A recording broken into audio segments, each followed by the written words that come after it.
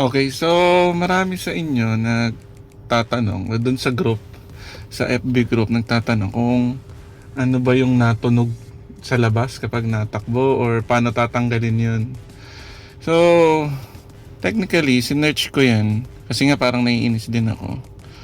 So, di pala dapat siya tinatanggal. Huwag mo siyang papakialaman kasi pag pinakailaman mo yun, void warranty ang mangyayari sa'yo. Kasi nga, yung chime na yun is para i-alert yung mga tao na nasa unahan na may paparating. Kasi di ba pag naka-EV mode ka, yan, naka-EV, sobrang tahimik niyan talaga. Kaya maingay pa nga yung aircon eh. Ewan ko kung maririnig sa video. So, ang ginagawa dyan, kailangan ganun lang siya. So, normally nawawala yan within, pag lumagpas ka sa 30. Kasi nung sinearch ko, basta below 30 yung takbo mo, tumutunog yun. So, pagka lumagpas ka na doon, nawawala naman na yun. So, ganun siya. Tapos ngayon, punta tayo dun sa may alert tone. May na-discover kasi ko eh. So, pag pumunta tayo dito sa driving. Ito, driving safety. So, makikita nyo, may alarm 1, alarm 2, alarm 3. So, alarm 1, yun, ganyan yung tunog niya, no? Alarm 2. Tapos, alarm 3. So, dito mo siya matatanggal dito sa alarm. So, itong 1, 2, and 3 na to is, ayan no, low speed alarm tone. And then, sa reverse siya, yung nagbabago yung tunog niya pag nagre-reverse. So, yan. Try natin yung 1. Ayan, naka 1 siya, di ba? So, pag tinry natin siyang i-reverse, ayan, i-reverse natin. Ayan. Ayan. So, parang ulitin ko. Ayan, tatry ngayon natin yung alarm tone 1, alarm tone 2 at 3. So, ayan, nakikita nyo low speed alarm tone naman siya, no? So, ayan. So, try ngayon natin ang 1 pag naabante at naatras. So, ayan, dito lang tayo sa paradahan. So, ayan, alam ko dito lang yan eh, yung nasa hood lang yan.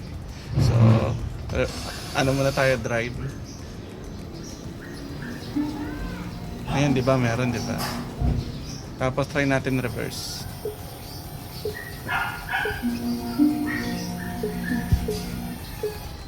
Meron, di ba? So, try naman ulit natin yung 2. Yan yung 2, di ba? So, try natin ang abante muna. Ayun. Meron siya eh. Ewan ko kung naririnig sa video pero mahina. Pero yung reverse niya malakas yata. Ayun o. Okay. So ngayon, try naman natin ang 3.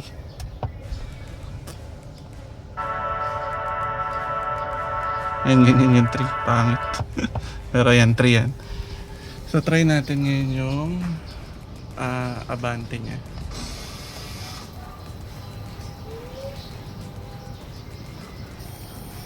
Wala ako naririnig. So, yan yung reverse. Yan, meron yung reverse niya, meron. Try ulit natin yung abante ng 3 kasi wala talaga akong narinig eh.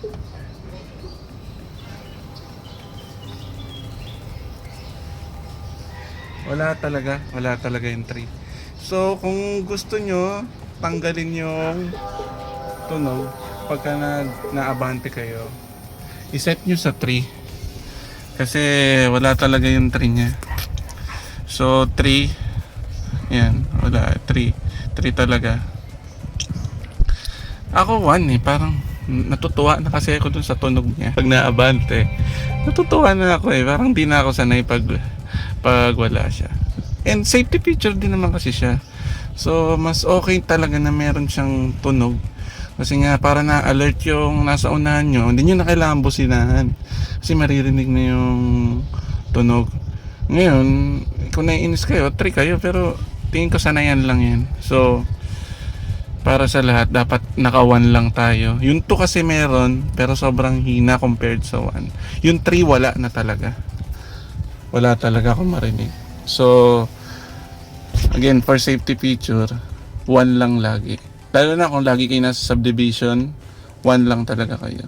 Tapos, 2, 3, yun, ang sariling preference yun na yan. So, again, mas maganda talaga 1 lang, 1. Okay? So, sige, bye-bye.